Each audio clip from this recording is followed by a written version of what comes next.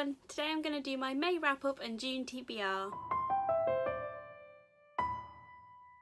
Sorry I've been a bit hit and miss with this channel recently. If you didn't see on my Twitter, I actually got invited to go to Boston for 2 weeks with work and I had not pre-filmed before that trip, so I just didn't have the videos to go up, and what I did plan to go up was my TBR, and that seemed silly to upload because I just wasn't going to read the same sort of things. Now I had a whole trip kind of ahead of me, and I actually didn't really read on that trip at all. I had quite a slumpy May, so I have a couple of books to show you, but mainly I'm going to focus on my June TBR because I am now out of my slump. I'm filming after work because I just have not had a minute to like relax and just film at the minute. I've been go, all nice lovely things, but I haven't had a chance to film, so sorry I look a bit sort of tired and my fringe needs cutting, and it's the end of a Tuesday and I'm filming, so I can't remember if I wrapped this up last time, so I'm just going to go ahead and really quickly talk about it. But at the very start of May I finished Legend by Mary Lou. It was okay. I gave it 3 stars, I think. Like, I did enjoy it and I thought the characters were interesting, but I don't know, it seemed like it all kind of wrapped up. I don't really feel the need to carry on with the series. I had some suspicions that there was some kind of things going on, and they pretty much confirmed those in this book, so I'm kind of like, anything it's going to go from here is just going to be adding layers, and I just feel satisfied reading this one book. I'm glad I finally got round to it, but yeah, it was just okay. After that I read The Humans by Matt Haig, which I enjoyed a lot more. I listened to this on audio during my trip to Boston and it was really good. The narrator wasn't Benedict Cumberbatch, but he sounded a lot like Benedict Cumberbatch, which I appreciated. But this is a book by Matt Haig, who's one of my favourite authors. He's written quite a few of my favourite ever books, but I'm still working my way through his like past books because I only got into reading him last year, and this is one of his like most famous books, and Amy really loves it as well. This is a really great book. I enjoyed it so much. It's all about an alien that comes to live on Earth. He like inhabits the body of this person who has basically had like a mathematical breakthrough that is really going to progress humans as a whole. Like, it's going to give them the chance to travel through space and all this stuff. And the species of the alien are like, they just want to keep the peace, and they look at humans and they just see death and destruction and war, and they're like, they don't deserve to have this knowledge, like they're just going to wreck up the universe, whereas everything's very peaceful at the moment. So he has to go and basically kill everyone who knows anything about this discovery. But in doing so he actually learns a lot about humankind, and he really grows to appreciate what it means to be a human. And he's really enjoying his life as a human, and he doesn't find it creepy or scary anymore. And don't really want to say much more than that, but this book is just really beautifully written. Like, as you can tell, it's really quirky and interesting, but it just has Matt Haig's style of kind of bringing it round to being really beautifully written. It's kind of like John Green for adults is how I think of Matt Haig's writing style, so it's a little bit pretentious and over the top, but if you like that kind of thing, it's just great. I really enjoyed this book. I gave it 4 stars. And the last thing I read in May is Everything I Know About Love by Dolly Alderton. I've mentioned this a few times in the past, but Dolly Alderton is actually my boyfriend's cousin, so this is so exciting that she has this book out that's been like a Sunday Times bestseller, and she was doing a talk at the Hay Festival, which I went to with my boyfriend and his mum, partly to support Dolly, but also just kind of as a whole, because we all love books. I'll talk about that a little bit more in like a future book haul, while I'll show off the books I got signed and just talk about the event as a whole. But obviously I wanted to read this book before I went to her talk on the book because I felt bad I hadn't read it already anyway. I didn't quite finish it before her talk, but I listened to the audiobook partly, which she reads, and I would really recommend the audiobook. She reads it amazingly. She adds like a lot of voices and characterization into it. It's quite like well acted, and she just has a lovely reading voice as a whole. And I think it's always nice because this is basically a memoir about like her growing up, mostly focusing around her 20s, but a little bit about when she's a teen as well. And it's just kind of discussing like the trials and tribulations of like a modern sort of millennial lifestyle, like online dating and drinking culture at university, and being obsessed with boys and all that, and friendship and all this kind of stuff. It has so many great themes and it's really well written, and it's just a very enjoyable quick read. I would definitely recommend it as like a beach read, but it does have quite a lot of serious issues discussed as well. Trigger warnings for like eating disorders and fat phobia and kind of breakups, mental health, things like that. So it does tackle some serious issues. I'm sure you can find a more thorough trigger warning list on Goodreads, something like that.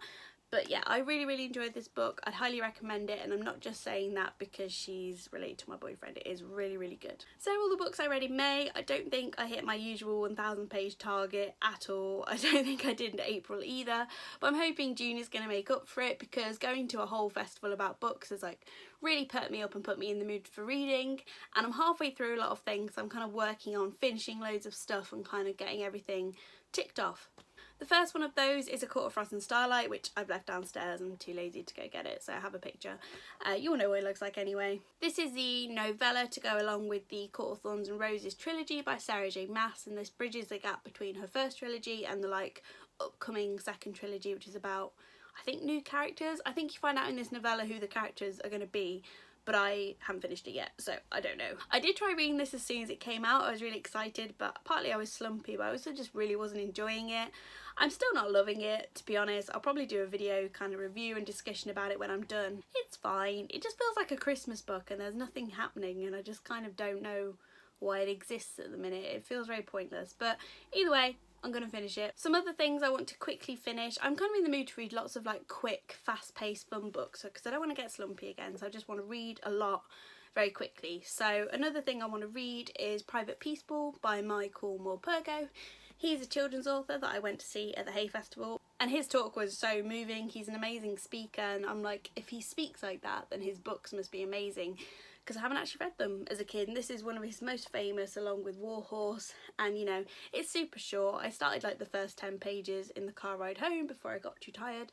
So again, this will be really quick to read, but it's definitely going to pack a punch. Pretty sure this is about a soldier that's going to get killed for being cowardly. Not too sure. But either way, it's going to be very hard hitting. Speaking of things that I'm halfway through, I would also really love to finish Orange Volume 2. As you can see, I got like a quarter of the way through. I don't really know why I stopped reading it. I think I just wasn't in the mood for it. I'll probably restart it when I do read it, because it doesn't take very long to read.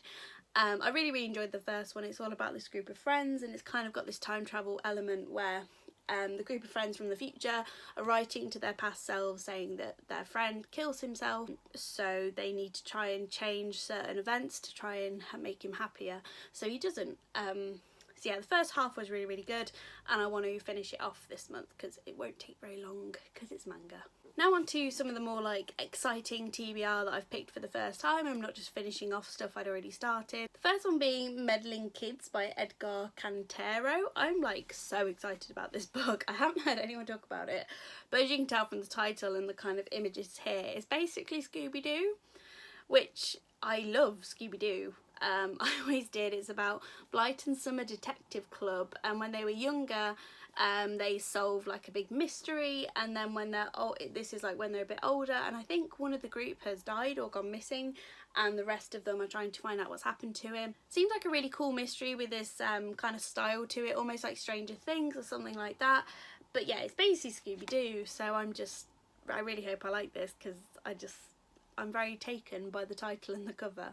I'm not in a massive contemporary mood, but I thought it would be good to read something for Pride Month, and this is one of the books that's on my 12 books I want to read in the 12 months 2018 list, which I have fallen behind on in the past few months, but hopefully I can get back into it.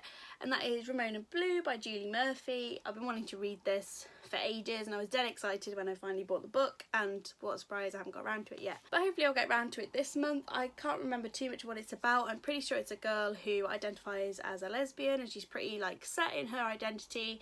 She just likes girls, and then she gets a crush on a guy, and she finds out very confusing. So I think it's a really interesting story about a girl sort of discovering that she's bisexual, and the kind of fluidity of sexuality and who you fancy and how that can change just throughout your life, which is a really unique topic, and I've heard really good things about this book. The only reason I wouldn't read it is probably because it's a contemporary. Like I say, I'm not in a massive contemporary mood, but I do think it'll be a really quick read. I also really want to read Restore Me by Tahira Mafi, because I was so excited to get this book and for it to come out, and I can't believe I haven't read it yet. It's been like 3 months. I feel pretty spoilt for various aspects of it, but not properly, just like people have hinted at certain things, so I kind of feel like I know what's going to happen. But I'm still very intrigued to get there, and I also have an audiobook for this as well, so I think I can just kind of fly through this on the train, because even though it's not a contemporary book, but it has that sort of feel to it. It's just very fast paced, lots of romance, that kind of thing. And the last thing I want to read in June has been on my TBR like every month since it came out, but this month I'm actually going to read it because I've already started it and I'm so in the mood for it. And that is the illustrated Harry Potter and the Prisoner of Azkaban. I got this as soon as it came out and I just haven't read it. I think it's because it's so big, like I can't take it in the bath or on the train, which are like the two places I read the most. But I'm just really in a Harry Potter mood recently. I discovered a YouTube channel called The Potter Collector or something, and he basically collects Harry Potter books, like rare editions, and he has a library of like 900 books. It's insane. He has every single translation and all the first editions, and it's just put me in the mood for Harry Potter. Plus I usually read it in summer, so I think just because it's gotten a bit warmer and sunnier outside, I'm just immediately more in the mood for Harry Potter. So yes, I have already started this, like not properly, but I definitely want to read this month. So these are the books I want to read this June. Again, it looks like a lot, but I think these are hardback, this is a manga. It's not actually that bad. Like Restore Me, Michael Morpurgo, and A Court of Frost and Starlight, and Harry Potter are all really quick reads, like yeah, definitely, because they're not very long. And the only ones that kind of might not happen are maybe Ramona Blue and Meddling Kids. It depends if my mood changes. Plus I'm going on holiday at the end of the month, so I might want to do a whole separate holiday TBR like I usually do, or I might end up taking some of these along with me. I'm not sure, but I just feel like it's going to be a great reading month. And I know I say that every TBR video, but this time I really mean it. Let me know down below what you read in May, what you hope to read in June. I'd love to know, as always. And I will hopefully be back to more regular uploading every Wednesday like usual. Thank you, Amy, for holding down the fort while I've been busy and gone. But I'm definitely going to film this coming weekend, so I should be sorted for June and a bit of July, because just while my life's busy, I have a day to pre-film, so I'm just going to get it all sorted and out the way. Anyway, I'll see you all on the next video. Bye!